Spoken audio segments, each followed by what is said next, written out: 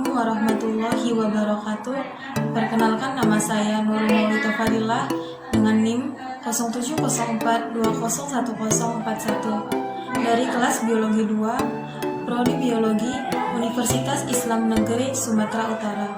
Di sini saya akan sedikit menjelaskan tentang materi puisi dan pantun. Puisi dan pantun, secara etimologis istilah puisi berasal dari bahasa Yunani poitos yang berarti pembangunan, pembentuk, dan pembuat. Jadi puisi adalah sebuah karya sastra berwujud tulisan yang di dalamnya terkandung irama, rima, ritme, dan lirik dalam setiap baitnya. Unsur-unsur puisi. Dalam unsur puisi ada dua macam, yaitu yang pertama, hakikat puisi. Hakikat puisi terbagi pula menjadi 4 bagian. Yang pertama yaitu tema atau sense. Tema yaitu unsur utama pada puisi, karena berkaitan dengan makna yang dihasilkan dari suatu puisi. Kedua, rasa atau feeling.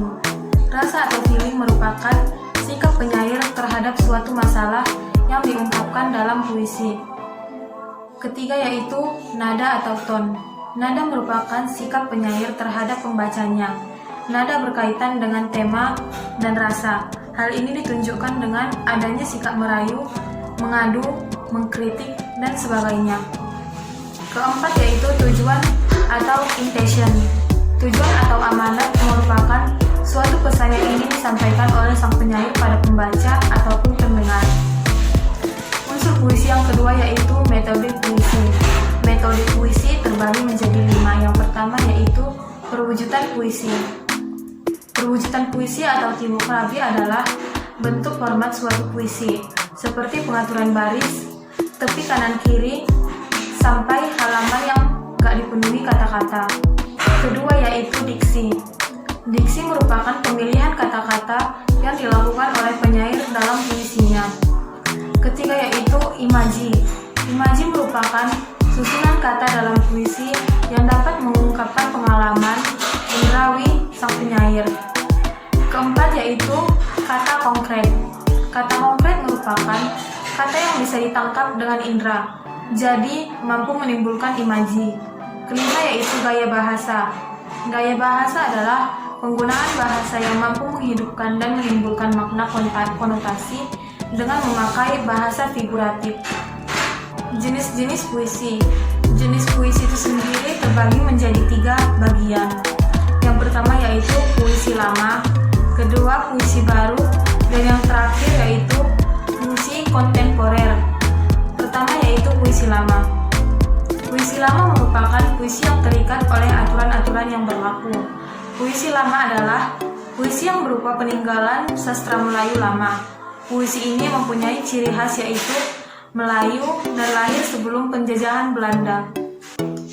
Ciri-ciri puisi lama.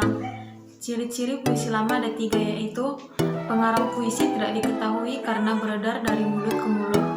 Kedua, menyebar luas dari mulut ke mulut sehingga disebut dengan sastra lisan.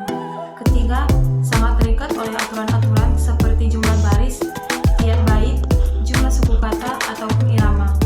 Jenis-jenis puisi lama. Jenis-jenis puisi lama ada 5, yaitu mantra, pantun, talibun, syair, dan yang terakhir yaitu gurindam. 2. Puisi baru. Puisi baru merupakan puisi yang lebih bebas, baik dari segi bait, suku kata, ataupun rima yang ada di dalamnya. Ciri-ciri puisi baru. Yang pertama yaitu bentuknya rapi dan simetris, memiliki persajakan akhir yang teratur. Sebagian besar puisi 4 untai, banyak menggunakan pola sajak pantun syair, dan meskipun ada pola yang lain. Setiap barisnya terdiri atas gatra atau kesatuan sintaksis. Setiap gatranya terdiri atas 4 atau 5 suku kata. Ketiga yaitu puisi kontemporer. Puisi kontemporer adalah jenis puisi yang berusaha keluar dari ikatan konvensional dari puisi itu sendiri. Jenis-jenis puisi kontemporer. Yang pertama ada puisi mantra. Puisi mantra yaitu puisi yang diambil dari sifat-sifat mantra. Kedua, puisi konkret adalah puisi yang lebih mementingkan bentuk grafis atau wajah dan bentuk lain, dan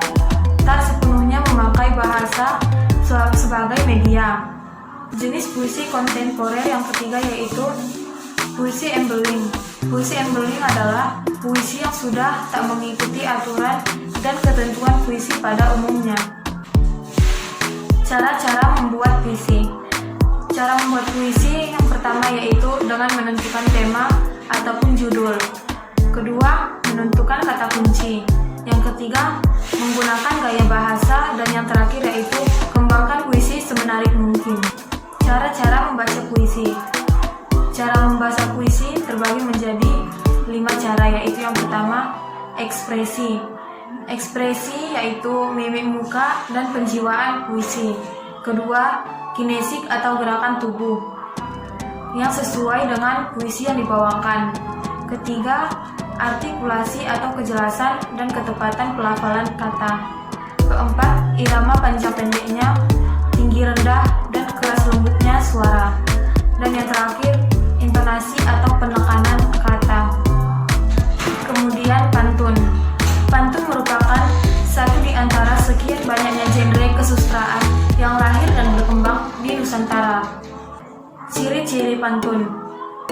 Ciri-ciri pantun ada 4, yaitu yang pertama, satu bait terdiri atas 4 baris.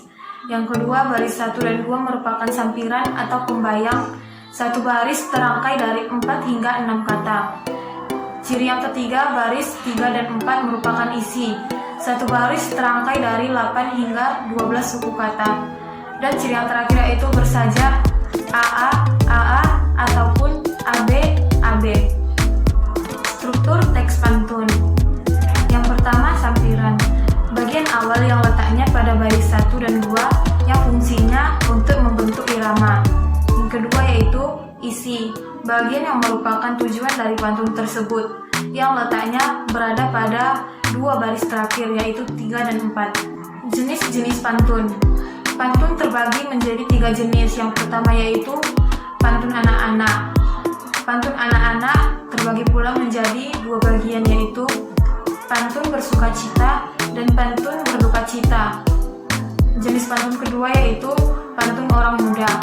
Pantun orang muda terbagi pula menjadi 6 bagian. Yang pertama, pantun dagang, pantun muda, pantun jenaka, pantun berkenalan, pantun beribah hati, dan yang terakhir yaitu pantun berkasih-kasihan. Jenis pantun yang ketiga yaitu pantun orang tua. Pantun orang tua terbagi pula menjadi 3 bagian, yaitu yang pertama pantun nasihat, pantun adat, dan yang terakhir pantun agama. Kaidah kebahasaan teks pantun. Kaidah kebahasaan teks pantun yang pertama yaitu diksi. Diksi adalah pilihan kata yang tepat dan cocok dalam penggunaannya guna menyampaikan gagasan sehingga diperoleh efek tertentu seperti yang diharapkan. Kedua yaitu bahasa kiasan. Bahasa yang dipakai yaitu berupa peribahasa atau ungkapan tertentu dalam menyampaikan maksud berpantun. Ketiga, bahasa imaji. Penggambaran yang diciptakan oleh pelantun secara tidak langsung, jadi seolah-olah digambarkan dalam teks pantun. Bisa dilihat dari imaji visual, didengar atau imaji audio visual, ataupun dirasa imaji taktil. Keempat, bunyi. Pada umumnya, bunyi muncul dari kiasan imaji dan diksi yang diciptakan saat menuturkan pantun. Sekianlah penjelasan saya tentang puisi dan pantun. Saya ucapkan terima kasih. Dan apabila ada kata yang salah ataupun kurang berkenan, saya minta maaf. Kepada Allah, saya mohon ampun. Saya akhiri dengan salam. Wassalamualaikum warahmatullahi wabarakatuh. I love you, I love you, I love you, I love you.